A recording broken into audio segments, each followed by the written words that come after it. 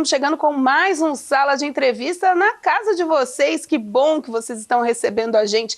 E hoje a gente vai falar sobre a pele, dermatologia. É isso mesmo, muito procedimento estético está aparecendo por aí, muita coisa estão fazendo, mas será que tudo isso é benefício mesmo? Será que prejudica? Será que essa autoestima é momentânea ou vai ficar? Esse excesso de procedimentos, o que vai acontecer para o futuro? Sobre isso, a gente recebe aqui no Sala de Entrevistas hoje a Érica Hilbert Sandrini Padão, é nome de princesa, é um nome bem comprido, dermatologista, doutora, especialista nessa área de estética. Obrigada por vir aqui conversar com a gente hoje.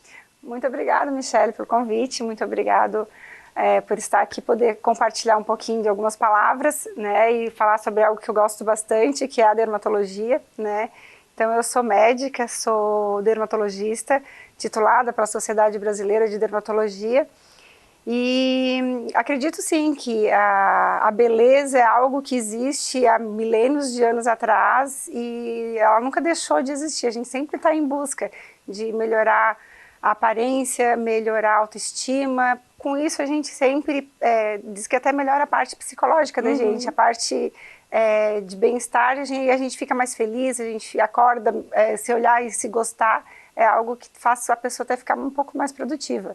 Com certeza, né? A gente sabe que, às vezes, uma mancha, principalmente as mulheres que têm melasma na gravidez, ou então mesmo aqui não engravidaram, mas começa a ficar com manchas, uma ruga, algo assim. Para quem é extremamente vaidosa, deve chegar no seu consultório em pânico. Doutora, nasceu um pé de galinha, nasceu uma ruga, nasceu uma coisa. E que é um procedimento rápido. Existe procedimento rápido?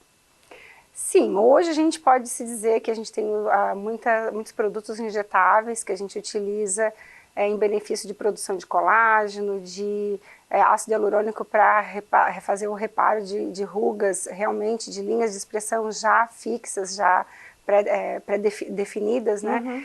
Porque a partir dos 25 anos, a gente começa já a ter uma perda de colágeno bastante evidente e com isso, com o passar do tempo, a gente vai com a expressão da face, a gente vai ficando com essas linhas se tornando cada vez mais evidentes.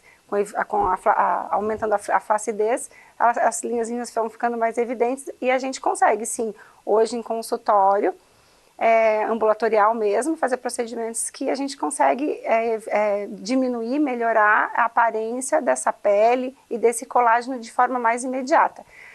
Existe também outras formas de ingestão de colágeno por via oral, é benéfico, com certeza. Tudo que a gente vai fazer para o bem vai ter um benefício, só que existem as formas um pouco mais a longo prazo e as formas que a gente consegue em consultório fazer hoje em dia mais imediato. E hoje no consultório também, nessa questão da estética, eu não posso deixar de perguntar se tem muito procedimento errado que chega para a senhora consertar? Ah, chega sim. É porque assim, ó, a gente vê os procedimentos na área dermatológica, a gente percebe que a gente tem um pouquinho mais de cautela, a gente faz um pouquinho mais devagar, vamos tentando abraçar os problemas e as queixas do paciente e tentar fazer um pouquinho mais devagarzinho. Existem algumas outras especialidades que acabam querendo entrar na área da estética e acabam sendo um pouquinho mais arrojados, querem ser um pouquinho mais, mostrar de uma forma muito mais imediata. O resultado mais rápido, né? E aí para o cliente ficar. Isso, e aí acaba tendo evidenciando, aparecendo alguns problemas, porque às vezes tenta fazer de uma forma muito mais agressiva, né, vamos dizer assim. A gente viu recentemente, né, até agora deu uma paradinha nessas questões, mas a gente viu recentemente nos noticiários essa questão da ingestão de produtos que não são certificados. Teve um caso no Rio Grande do Sul, que teve uma modelo que acabou tendo problemas no lábio por causa desses produtos. Tudo isso tem que ter um caminho muito seguro, né, doutora? Porque o corpo da gente é único, se perder um dedo não tem como repor, né? O rosto também, as pessoas estão indo demasiadamente sem cuidado fazer as coisas. Principalmente a face, né? A face é o nosso cartão de visita, né? A gente, e é algo que a gente começou a perceber e teve um boom, assim, desses procedimentos, agora até na pandemia, devido a gente tá se visualizando mais vezes diante de uma tela, as pessoas começaram a se enxergar pior. né? E realmente, sim, existe, vai sempre existir, acredito, essa busca de um procedimento mais barato, de um produto mais barato que não seja certificado. Com certeza isso é algo que, quando for muito barato, vamos dizer assim, talvez não passou pela Anvisa, não tem um certificado de controle de qualidade adequado, e aí isso pode trazer um prejuízo com certeza maior para o paciente, né? E esse prejuízo às vezes nem é reversível, né? Ah, sim, existem produtos e assim, são procedimentos que são invasivos, que a gente fala, né? E aí pode trazer algo que a gente não consegue reverter depois. A gente recebe, sim, a gente tem recebido complicações de inúmeras, diversos tipos, às vezes até locais de aplicação errado, produtos de origem não idônea, duvidosa, né? E a gente recebe mas inúmeras questões, inúmeras possibilidades. Existem até livros de complicações que existe da área não médica e existe também na área médica, porque são procedimentos invasivos, isso não deixa de acontecer, por isso que a gente tem que agir com muita cautela, agir com muito conhecimento, com muita sabedoria de anatomia, né? É uma coisa que eu sempre comento também, é que quando a gente faz medicina lá na graduação, no início, né, a gente vai fazer o estudo da anatomia, a gente estuda a anatomia da região cervical para baixo, né? Então a gente vai estudar a anatomia da face mesmo só quando a gente vai para especialização. Ai, que interessante, eu não sabia disso. Isso, então imagina os outros cursos, né, que é um estudo um pouco mais por cima, assim, né? Não tão preciso, não tão aprofundado, né? E quando a gente fala em face, quando a gente fala em dermatologia, a gente já pensa no rosto, não tem como. É difícil alguém chegar lá e falar assim, a minha mão tá meio enrugadinha. Sim. Tem bastante gente que... Porque são as áreas que mais evidenciam, né, doutora? É a mão, principalmente, tá. Principalmente a face. Vamos dizer assim, eu acho que 80%, 90% é face, sim. Tá. Né? Mas muita queixa com celulite, estria, as mãos, né, o braço o também, tchauzinho, né? O músculozinho do tchau ali, a gente acaba usando procedimentos com estimulador de colágeno, que ajuda bastante, né? Então, processo de emagrecimento muito intenso, a gente tem a região cervical, o colo, hoje com bastante queixa também. Então, E hoje, a maioria... o procedimento que a gente sempre fala do peeling, né? Que é aquele... faz peeling no verão, agora tem peeling de inverno. Tem sempre um peeling para o pessoal renovar as células do rosto. Ele tem um prazo para ser aplicado, doutora? A partir de tal idade ele já não funciona mais? Apareceu muita ruga, ele já não tem muita eficácia? Como é que é esse processo do peeling?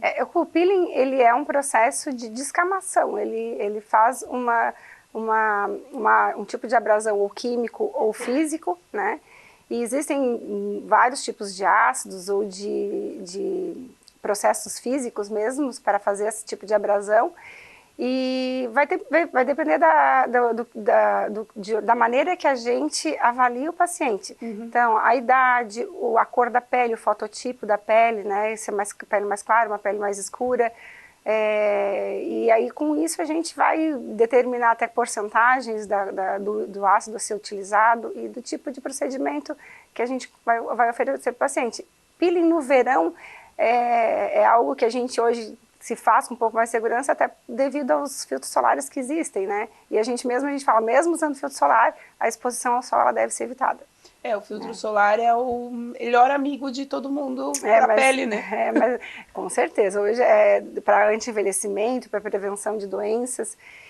Mas mesmo assim, o peeling ele é um procedimento que a gente sempre vai recomendar com maior efetividade, com maior segurança durante o inverno. Quem tem em casa que está assistindo a gente, que tem criança, adolescente, que tem aquelas acnes muito fortes e depois fica marcado, não tem como. Já tem tratamentos para esses adolescentes ou é melhor esperar passar, estourar tudo, fazer o tratamento para depois arrumar essa pele? Tem alguma coisa que vai consertando no meio do caminho, doutora? A acne ela existe em vários graus, né, de intensidade. Com certeza uma acne mais grave, uma acne que a gente, existem até fulminantes, que é um último grau da acne, ela gera sequelas e problemas, é classificado como uma doença mesmo, pode ter uma infecção generalizada, pode ter inclusive febre, então ela tem que ser tratada sim, desde o momento que o paciente vai estar apresentando um prejuízo. Então é importante sim fazer o tratamento, tanto da parte quando a gente consegue fazer só com produtos externos e às vezes quando tem uma acne um pouquinho mais grave fazer o tratamento com produtos via oral. É que aí com o passar do tempo ela vai diminuindo e consegue tratar aquela pele, né? Porque ela com a erupção não consegue, né? Quanto mais grave, mais cicatrizes aquela acne vai poder gerar no paciente. Daí, quanto mais cicatrizes, mais possivelmente um tratamento mais agressivo tem que fazer posteriormente. Então, quanto mais a gente evitar não agravar essa acne, melhor vai ser para o paciente. Então tá certo. Gente, a gente vai para um rápido intervalo e a gente já volta falando mais sobre dermatologia, cuidados com a pele. Já já a gente volta também para falar um pouquinho dessas aplicações de ácido que você encontra por aí, também botox. Fica só um pouquinho que a gente já volta.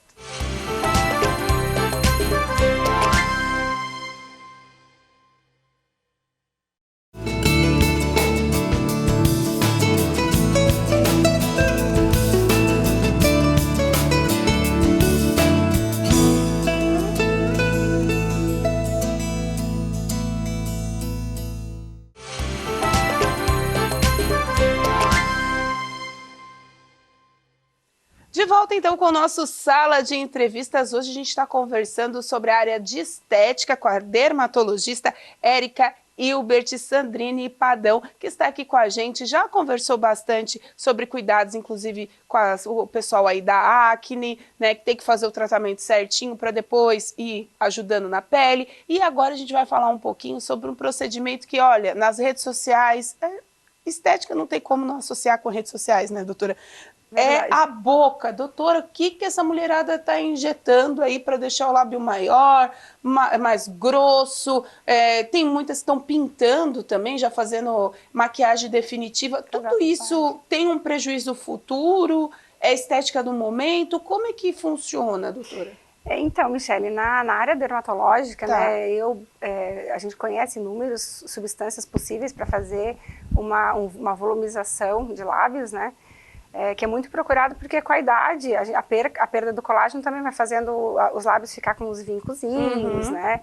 Só que é óbvio que está existindo um exagero, né? Tem pessoas jovens sem necessidade de querer volumizar para se sentir a boca da artista tal, da pessoa tal, e não ser até a mesma pessoa que tem aquele lábio fino. Então a gente usa mais na área dermatológica para isso, para tentar fazer uma forma de rejuvenescimento. E existem muitos tipos de substâncias para serem utilizadas. Na dermatologia a gente geralmente utiliza o ácido hialurônico, que é uma substância que já existe no nosso organismo. Pois é, o que é esse tal desse ácido? Que agora tem tudo, tem sabonete com ácido, tem shampoo com ácido, tudo agora é o ácido hialurônico. O ácido hialurônico é uma substância que ela já existe no nosso organismo. Tá. E aí só que ela industrializada, ela vai ser colocada no nosso organismo, nos lugares de que a gente quer a volumização, e ela vai, de uma forma, com o tempo, ser absorvida. Então, ela se neutraliza no organismo, vamos dizer assim. E só que existem outros produtos, tipo PMMA, alguns outros tipos de silicone, que eles são introduzidos e aí eles não são absorvidos. Aí é esse o cuidado que tem que se ter. Então, o ácido hialurônico, quando tu coloca ele no organismo, com o tempo, ele vai se adequando àquilo ali e ele vai, com o tempo também, reduzindo e indo embora. Por isso que a gente tem que fazer, às vezes, aplicações anualmente, ou de 2 em 2 anos.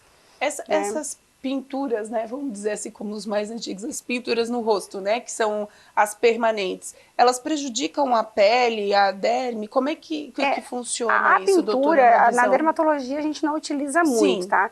Mas é utilizado um microagulhamento para fazer uma introdução daquela substância ultrapassando a epiderme. Então é tipo uma tatuagem. Ela funciona, ela fica depositada na regiãozinha após a epiderme e fica ali estagnada, parada, às vezes fazendo um processo cicatricial, né, que consegue ser removido com alguns tipos de lasers também. Então, quem quiser fazer, claro, procurar um profissional adequado, tudo certinho, porque pode gerar algum tipo de problema. Para fazer esses tipos de procedimento, colocar o botox, que são os mais tradicionais, né? Os preenchimentos, enfim. Tem algum teste realizado antes? Como é que esse paciente faz o procedimento? É na hora? Como é que funciona? Não, a gente tem fichas de avaliação, né, para perguntar se a pessoa tem algum tipo de alergia, alguma substância, algum alimento, se já realizou algum procedimento cirúrgico, se teve algum problema. Mas é um questionário bastante extenso, abrangente, e aí com aquilo ali a gente consegue predeterminar alguma coisa, mas especificamente não se faz teste. Mas tem possibilidade de se ter alergia, alguma reação? Tem sim. Tem gente que tem alergia. Tem descrito assim, na literatura alergia tanto ao ácido hialurônico quanto a várias outras substâncias. E por isso que tem que ser feito com bastante cautela e conhecendo bastante a parte médica do paciente, né? O histórico, uma anamnese bem feita, um histórico do paciente bem adequado. E doutora, a gente não pode deixar de falar do verão, né? Ele já vem aí, a gente sabe que os índices de raio UVA, UVB, ultravioleta tá cada vez mais malucos, estão cada vez mais malucos, né? Que a gente já nem sabe mais como são esses índices. E a gente está vendo, né, que as pessoas, elas infelizmente, por mais que tenha aumentado, elas ainda não consomem a quantidade de protetor solar que deveriam, né?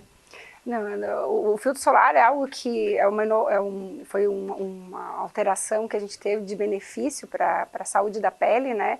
E sabe-se que quanto mais a gente tem exposição, mais a gente pode produzir doença, mais a gente pode envelhecer, ter a perda de colágeno.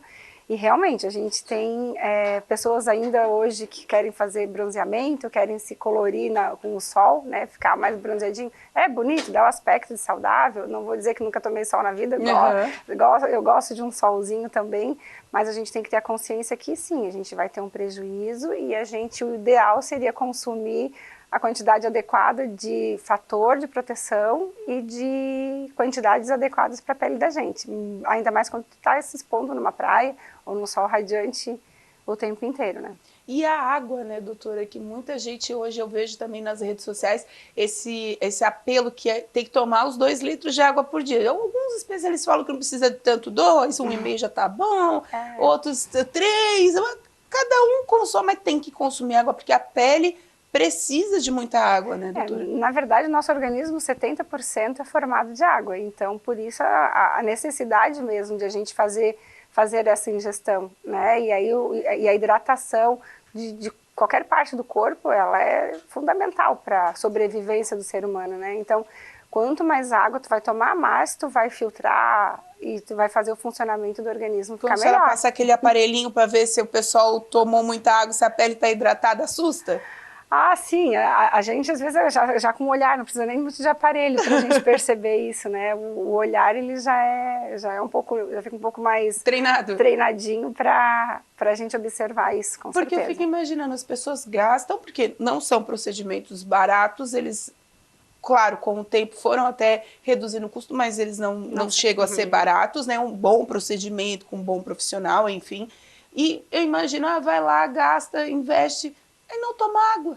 Não toma água, não cuida da alimentação gordurosa, atividade física adequada, não extenuante. Então, tudo isso são fatores fundamentais para estar mantendo, sim, a saúde, bem-estar e beleza do E o procedimento também, né? E a proteção do procedimento também, com porque certeza. Senão vai... come muita gordura, não toma água, mas aí vai lá, faz um negócio aqui e não dá certo. Mas assim, eu não sou muito do estilo de ser muito...